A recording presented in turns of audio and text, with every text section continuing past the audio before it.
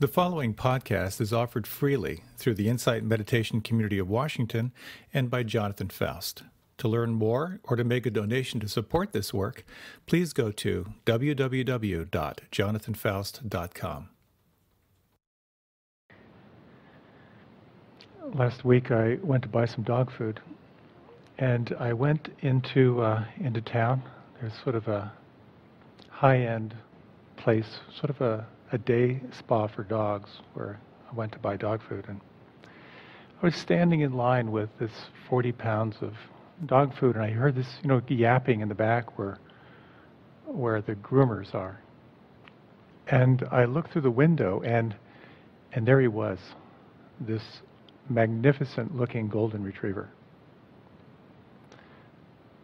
I'm not particularly fond of I love all dogs, but I'm not particularly fond of golden retrievers. They're wonderful heart dogs, not great intellects. Maybe you saw the cartoon of the shot of a happy golden retriever, angry golden retriever, depressed golden retriever, sad golden retriever. But they do have heart. And this was a beautiful dog. And you could tell he had been pampered his whole life. He was probably there getting his teeth flossed and his nails done. But he was just sort of, looking around, and as he was being groomed, and then suddenly he saw me. And he locked in on me, these golden retriever love tractor beams. And I speak dog, so we just went into this whole thing, and he just had this, he just communicated this sense of like, I have been waiting my whole life for this moment. Do you have any idea how awesome you are?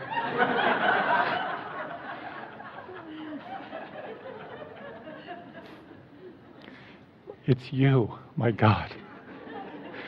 I was completely, and I had to tear my eyes away. And it was a good thing I didn't have a handgun, because I would have taken the dog with me, probably. This love trance. Now that level of love might be a little bit over the top, because love without wisdom can be a little naive, a little without bounds, and dog love can be a little naive as well. Maybe you know the cartoon of this dog is sitting in the back of the car in the driveway and talking to the dog next door and says, Guess what, Ralph? I'm going to the vet to get tutored.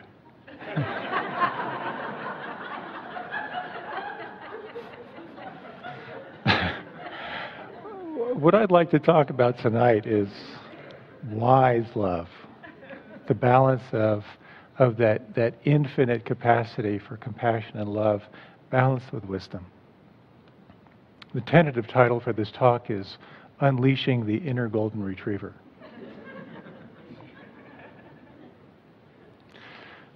Last night, Pat said that we had just left the harbor, and now tonight I think I can say we're officially at sea. Not lost at sea, we're just at sea. We're moving into the depth of the retreat now. Tonight I'd like to look about how you can view your experience as it arises, and how you can be with it. This is a transformational practice. And there are four things I'd like to touch on tonight, if I can. The first is a little bit on the practice of cultivating authentic friendliness. The second is on the possibility of feeling pain without suffering. The third is how you can transform the judging mind by calling on this quality of the compassionate witness or the compassionate observer. And to talk a little bit about the power of forgiveness as a way to open ourselves up to this authentic heart.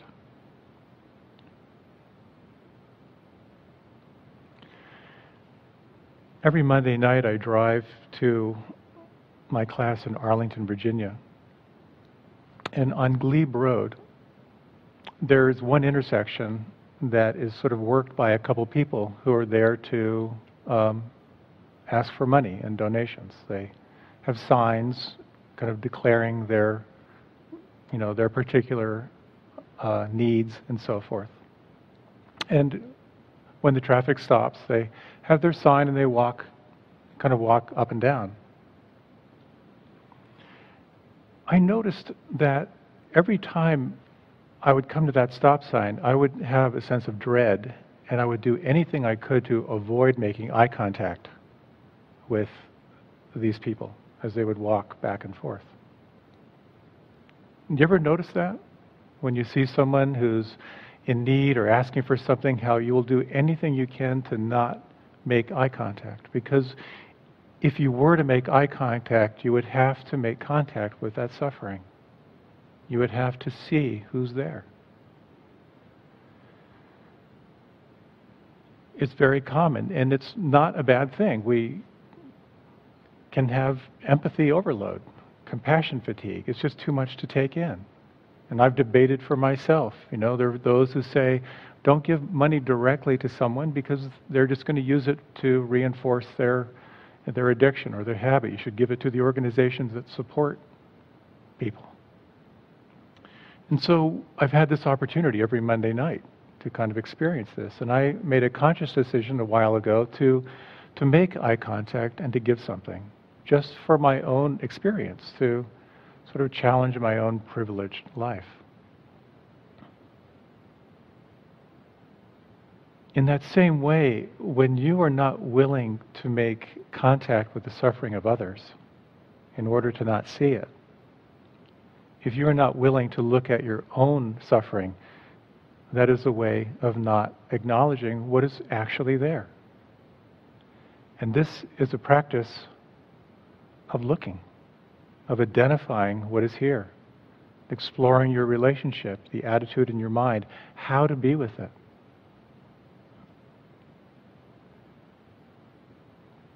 I was working one-on-one with someone a while back who just had a huge amount of dissatisfaction in his life.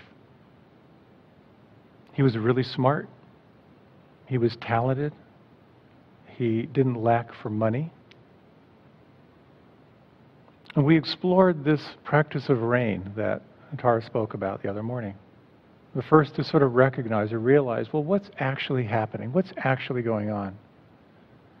And so he told me a little bit about his story, that he always had this feeling of being separate from others. There was always this sense that it was never enough. There was always something wrong with him. He always felt isolated. He couldn't make real intimate friendships. He'd try to engage. He would try to join groups, but inevitably he'd feel dissatisfied, and then he would get angry and lash out and would lose whatever relationships he had cultivated. And it happened over and over and over again. He began to recognize maybe it isn't out there. Maybe there's something in here. And so we explored the A of that acronym, to accept or allow. And I asked, did it feel okay to kind of dive into this? And he was ready. So we moved into the I, the investigation, the intimacy with kindness, with the experience. And as I asked him to really sense how his body felt, how it held this whole situation, he started to describe this felt sense that Pat was speaking about. A tightness, kind of a burning, kind of a wanting that sort of felt like a black hole. A deep sense of heat, almost like a volcanic feeling inside. And as I asked him to describe what he was feeling, he said, this is anger.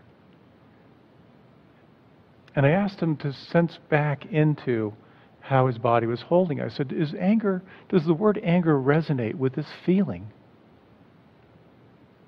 And he paused for a long time and he said, no, actually, this is hurt. I just feel rejected and I feel unwanted.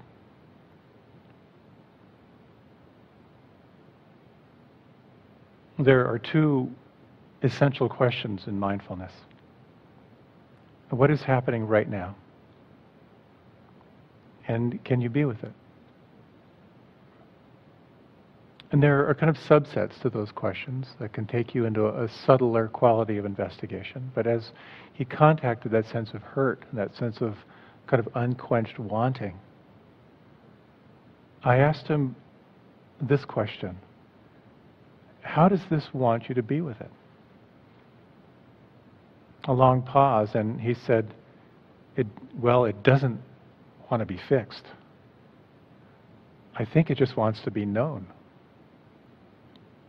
And so we explored that, of just really letting it know that he saw it.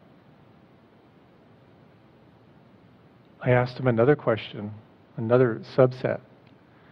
What does this need in order to feel more whole?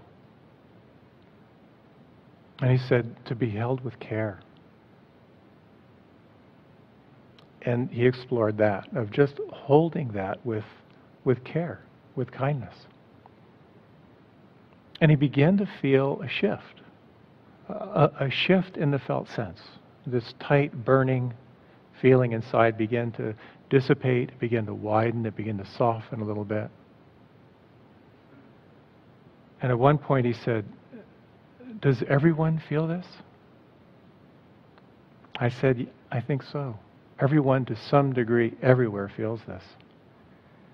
And he began to open to kind of the shared feeling of hurt and disappointment that we all experience at different times.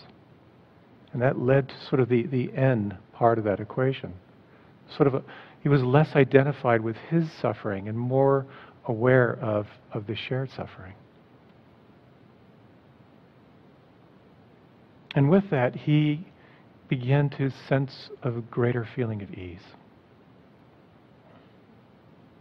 This practice of calling on compassion and self-care, to me, is really the real transformational agent. And I'd like to lead just a short reflection, if you would, if you could just close your eyes for just a moment.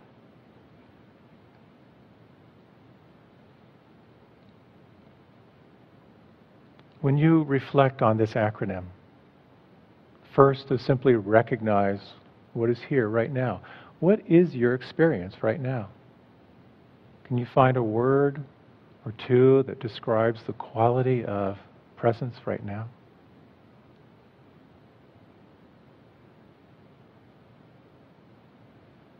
Can you be with this? Can you say yes to this moment?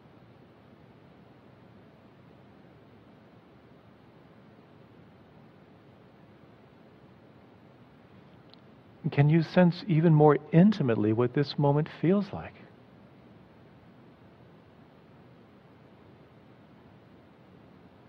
Is there a sense of how this moment wants you to be with it right now?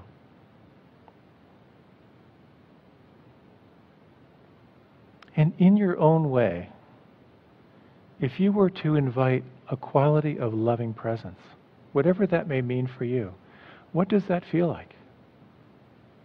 A quality of kindness or empathy or compassion or gentle curiosity?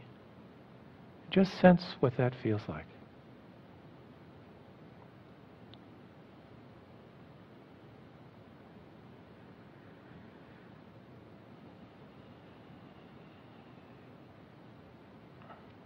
And as you're ready, you can then deepen the breath and let your eyes open or remain with them closed.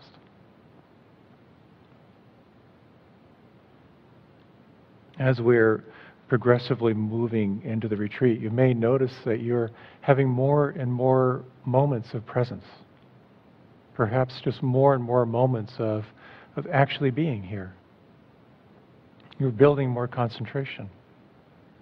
And the more you experience that sense of steadiness, chances are you're beginning to notice more of the texture of everything that's changing. perhaps beginning to recognize more of the habitual patterns. Maybe you're on now to the top 10 stories that are just cycling through. Maybe you're aware of sort of the stimulus response. Something occurs and boom, you go right over to planning or fantasy or aversion or worry. All the patterns are getting clearer now, perhaps.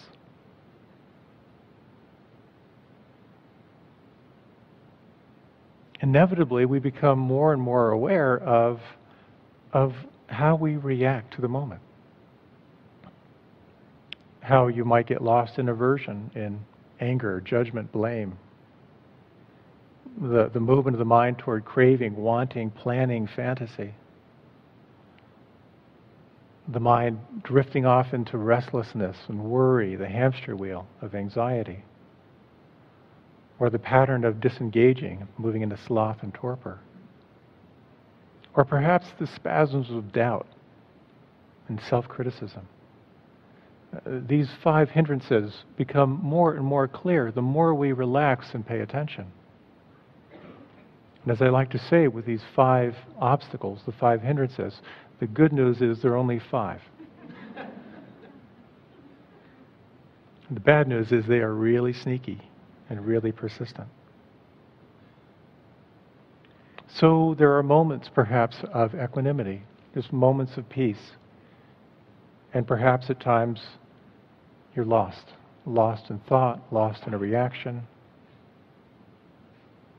And this is what we're here for, to really notice what's between us and feeling free, to bring it attention, to identify it, to explore what it means to draw on this quality of kindness and compassion and observe its effect. There's a men's group in DC called M3, Men Meeting for Meditation. They have a kind of a traditional sharing where they'll go around the circle and they'll share about their AFGO. AFGO. For those not familiar, I'll give you the alternative description. It's another freaking growth opportunity.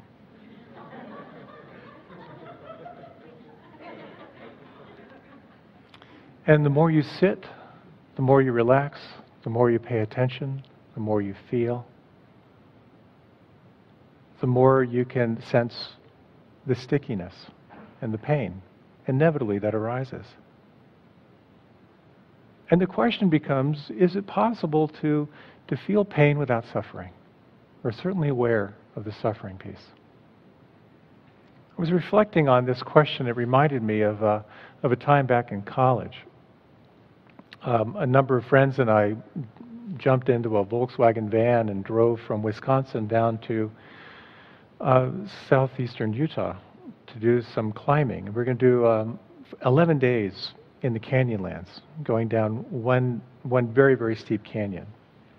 We were about 4 days into our hike, and we were so deep in, we could only see the sun for about 4 hours. Really, really steep. 4 hours a day, we only had sunlight. So 3 of us were feeling a little bit, a little excess energy. So we thought, well, let's climb to the rim. These are all sandstone, and it was sort of friction climbing. So we didn't have ropes, but I've always loved rock climbing. What I lack in strength, I make up for in wingspan. So there were 3 of us going up a pretty steep sandstone cliff. And we're going up a seam. I was the 3rd person. And as we were kind of climbing along, suddenly I kind of felt something by my foot, and the sound went, and I stopped, and I said, called up to my friends who were sort of straight up there. I said, "There's a rattler here by my foot."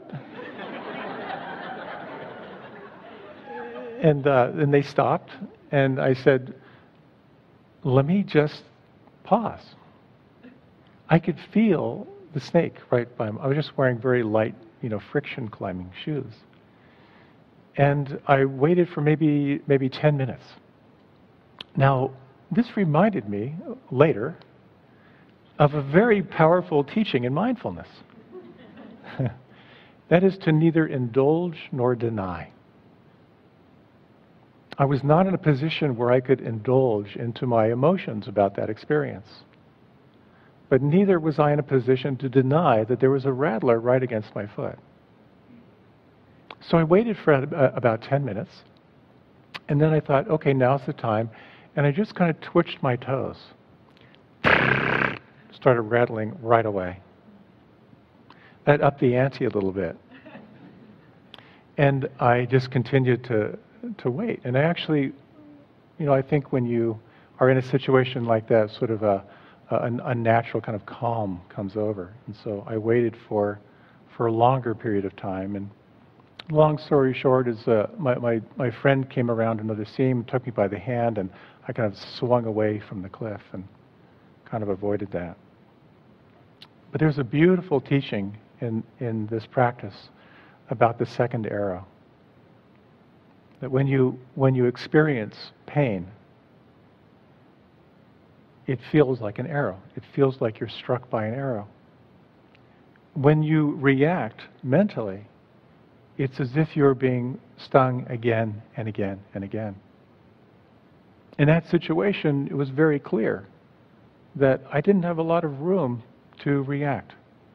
There was not a lot of room for me to complain or want it different.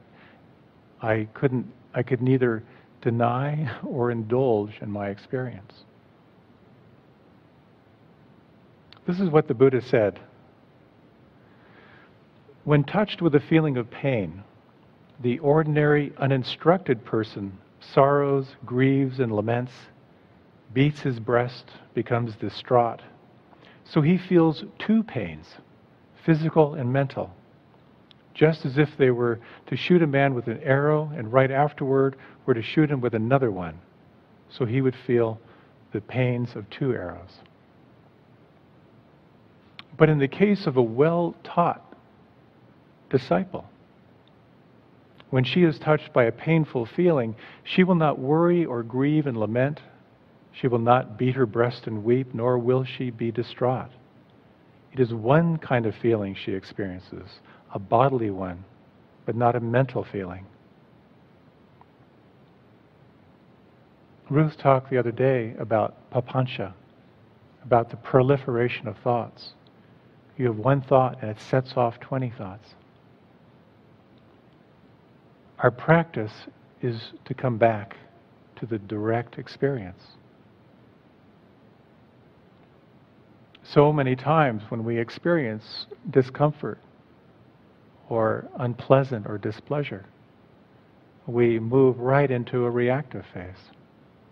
Why is this happening to me? This is so unfair. The invitation is to come back to the question, what is my experience right now? Can I be with this?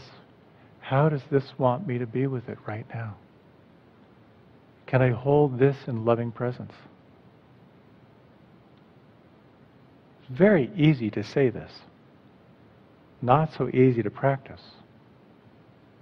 You may be familiar with the equation that's oftentimes used, that P times R equals S. Pain times resistance equals suffering.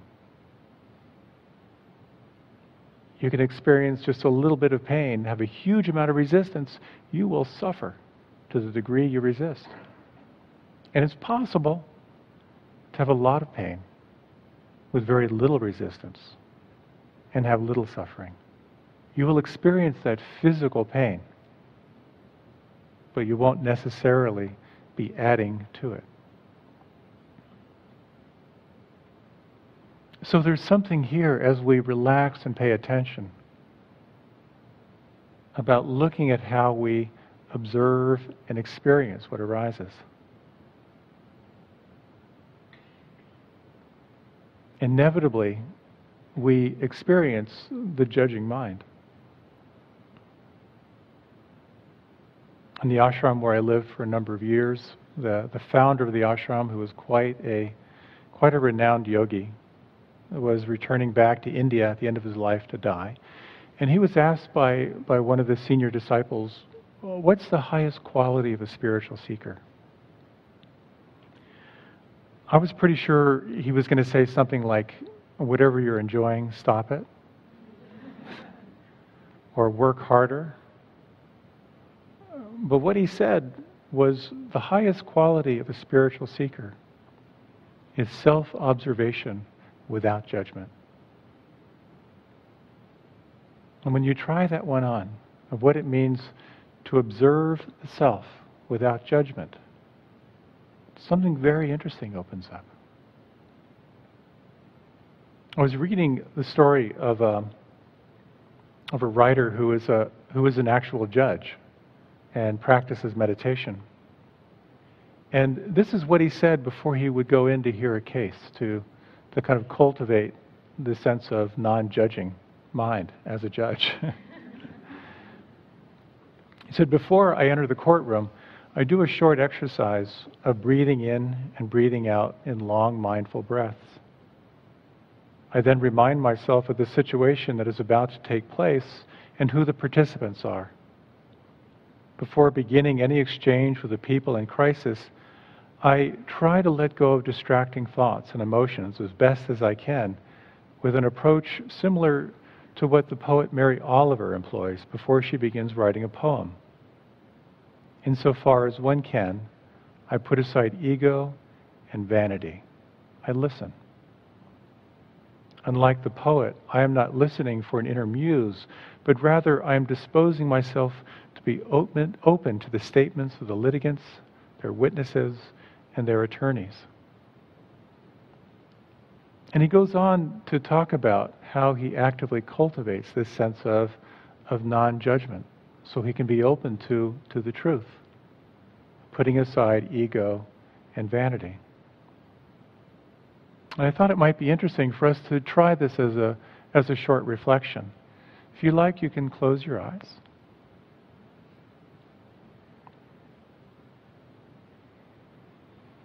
And you might bring your attention to the anchor that you are primarily using, or the one that calls your attention right now.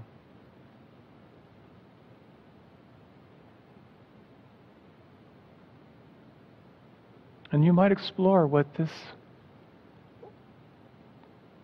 quality feels like. What does non-judging feel like?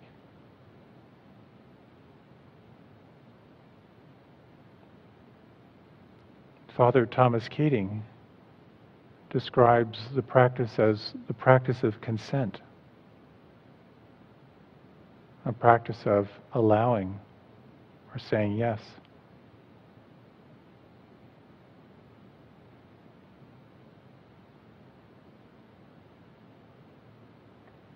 And over the next minute or two, as you practice, you might notice the mind judging. And when you notice it, just sense if you can bring yourself back to the direct moment-to-moment experience.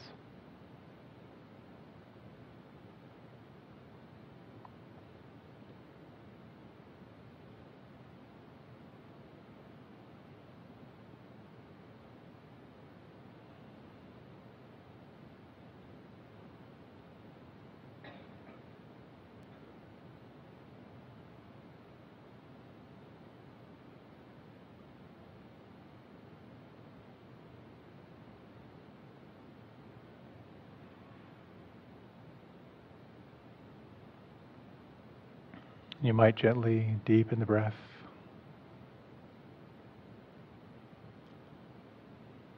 And let the eyes open if you like. Mindfulness has been described as moment-to-moment, non-judging presence. And just as when we sit with an intention to be present, we become more aware of how we're not present. When we sit with the intention to practice compassion, it automatically means you're going to see all the ways you're not compassionate.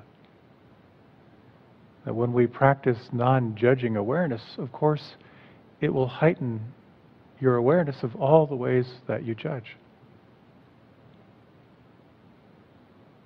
Have you ever looked in the mirror and be critical of what you've seen in the mirror? we're programmed to judge. And many of us are bound by this ruthless critic. And oftentimes on retreat, that sort of vicious critic becomes quite predominant in our experience. At least many have reported that.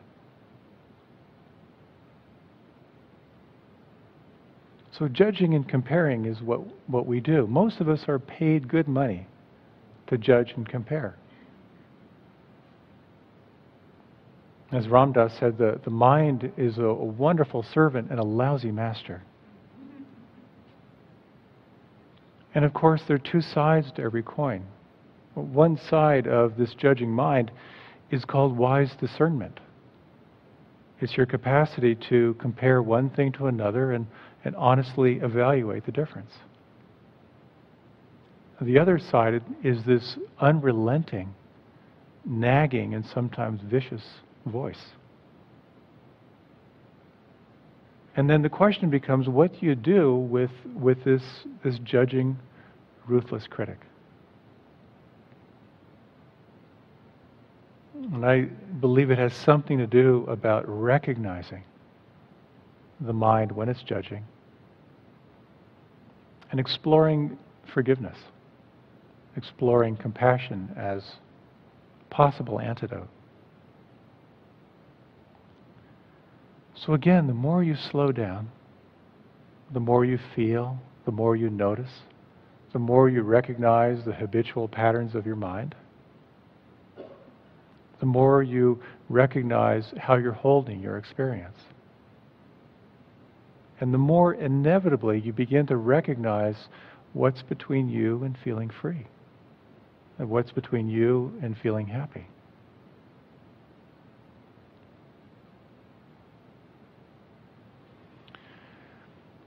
On a retreat sometime back in one of the groups, one of the small groups, there was a woman who just reported the unrelenting guilt and criticism that she felt toward herself as a mother. She had been in an abusive relationship, just a really toxic relationship, and she left. And she left some children behind. And as she described her situation, she knew that if she didn't leave, she would have died. She knew that. But at the same time, she could not feel any relief from the guilt that she felt about abandoning her children. She was a very wise, intelligent woman, and she had spent much of her life working to make amends with her kids. She spent a tremendous amount of time with them, willing to be with them, and yet her kids had been wounded, and they told her on a regular basis. She felt utterly caught,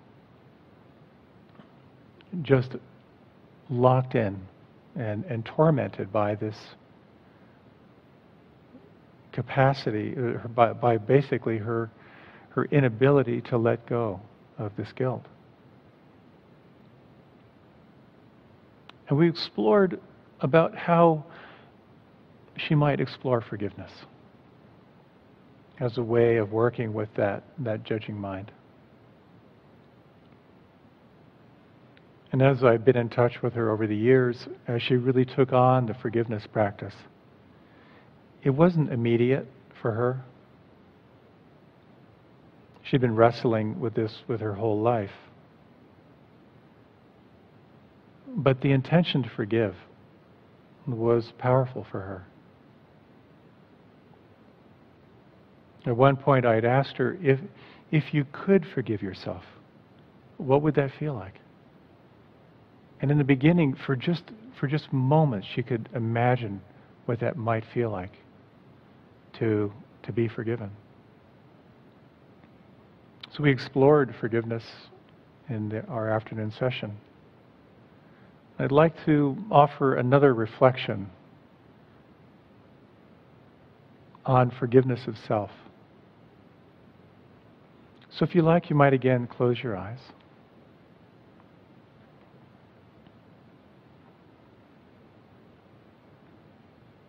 And you might reflect on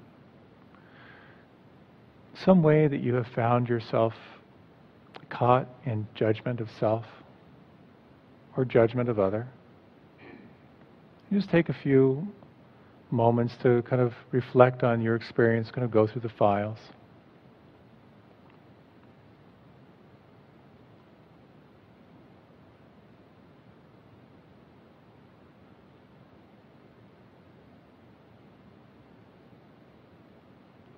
And when you have in mind something you might like to investigate, you might take a moment just to recognize it. Ah, this is it. You might explore this quality of allowing or accepting. Does it feel okay to be with this?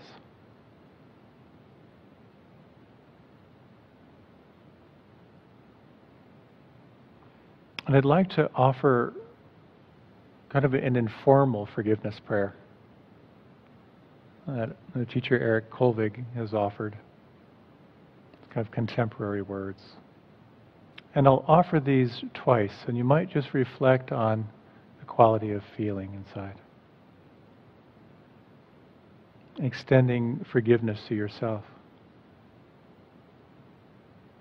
I allow myself to be imperfect. I allow myself to make mistakes.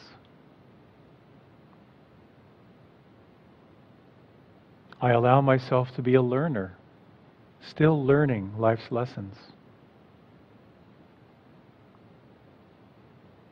I forgive myself. If I cannot forgive myself now, may I forgive myself sometime in the future.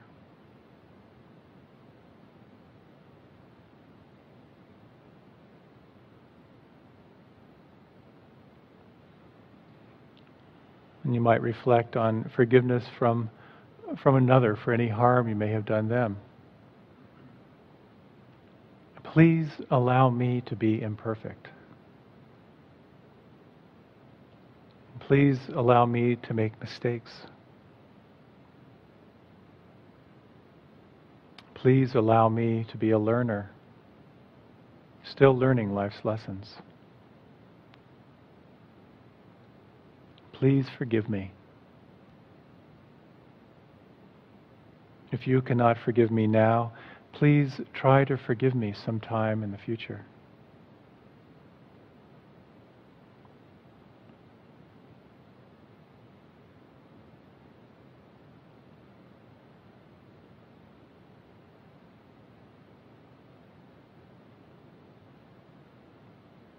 I allow myself to be imperfect. I allow myself to make mistakes. I allow myself to be a learner, still learning life's lessons. I forgive myself. If I cannot forgive myself now, may I forgive myself sometime in the future.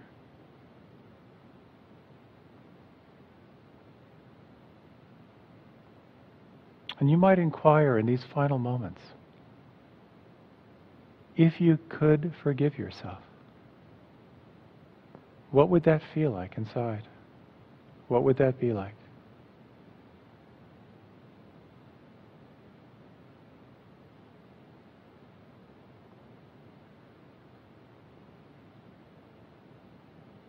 If you were forgiven, what would that feel like? What would that be like inside?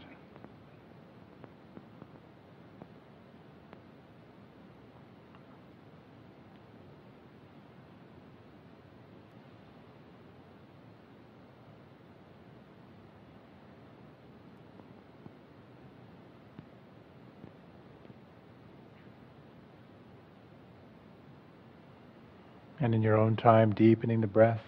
And if you like, you can let the eyes open, or feel free to remain with them closed.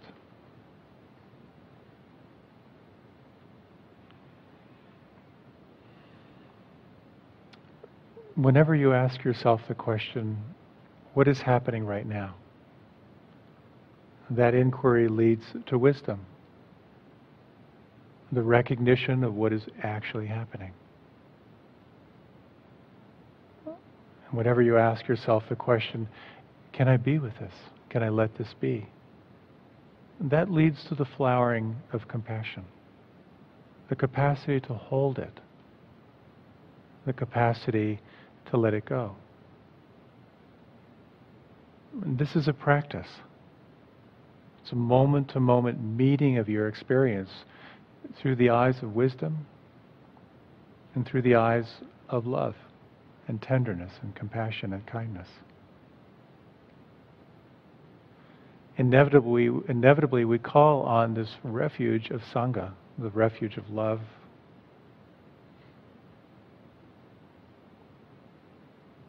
Of course, it's easy to play games with compassion. I've certainly found myself wrestling with some issue and coming up with compassion as a strategy. Maybe you've done this. I'll just love this and it'll go away and never ever come back to bother me again. It's not very effective. We can sort of rush to compassion that sort of leads to premature transcendence or spiritual bypassing. It's the willingness to turn to where it truly hurts. When we can honestly name what our experience is. Just as when we see a beggar in the street and try to avoid eye contact, when we make eye contact, we make contact with that suffering. It takes tremendous courage to name the ouch, to name the suffering in any given moment.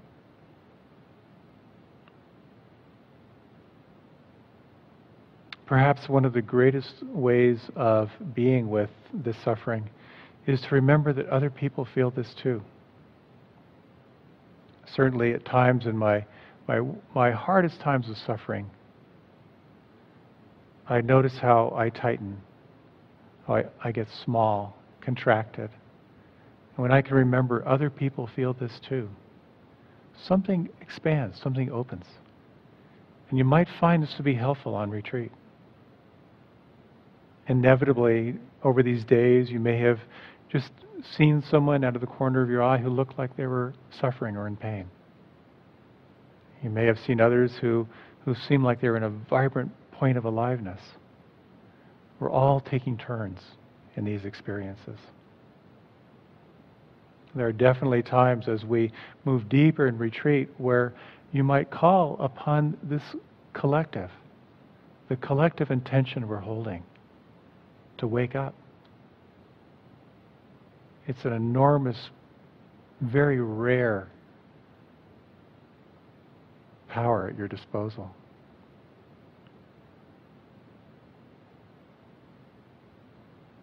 So this is the path.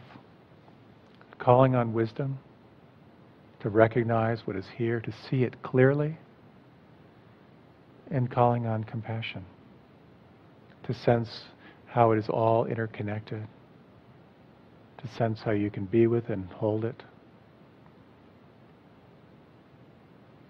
In the Matrix, Morpheus said to Neo, before he jumped from one building to another, he said, "Free your mind." And I think the avenue to freeing your mind runs through the heart. Let's close with a short meditation, and I'd like to offer a little reading.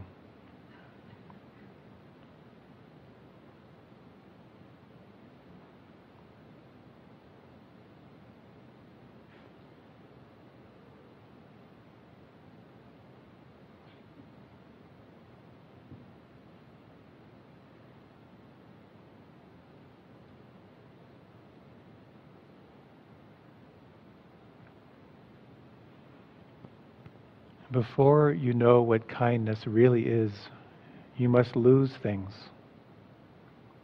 Feel the future dissolve in a moment like salt in a weakened broth. What you held in your hand what you counted and carefully saved, all this must go so you can know how desolate the landscape can be between the regions of kindness. Before you learn the tender gravity of kindness, you must travel where the Indian in a white poncho lies dead by the side of the road. You must see how this could be you, how he too was someone who journeyed through the night with plans and the simple breath that kept him alive.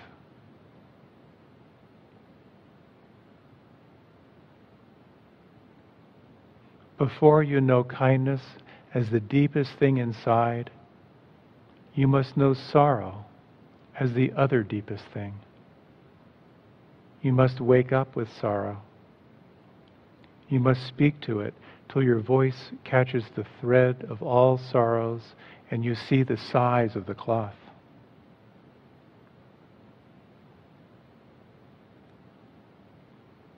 Then it is only kindness that makes sense anymore. Only kindness that ties your shoes and sends you out into the day to mail letters and purchase bread. Only kindness that raises its head from the crowd of the world to say, "It is I you have been looking for." And then goes off with you everywhere, like a shadow or a friend.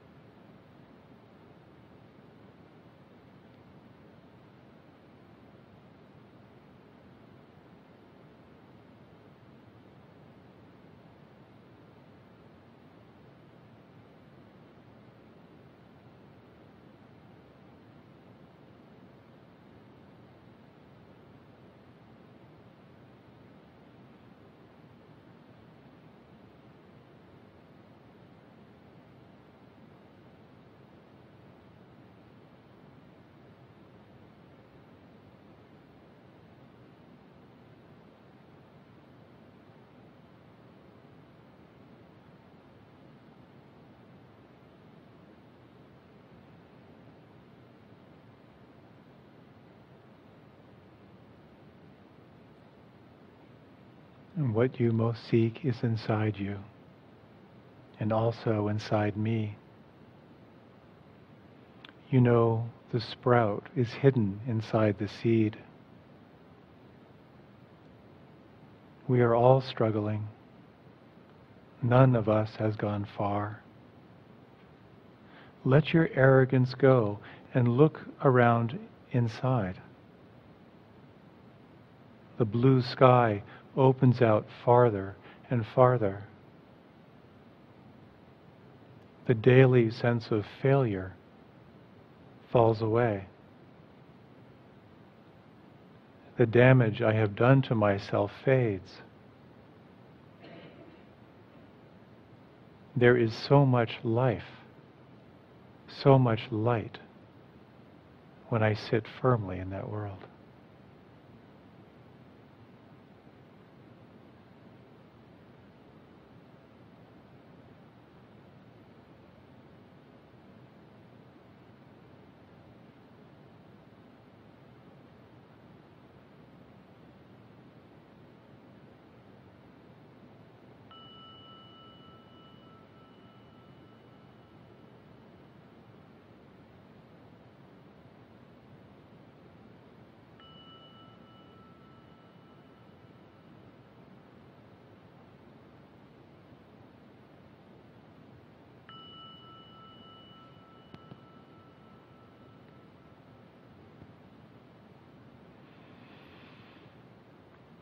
Thank you.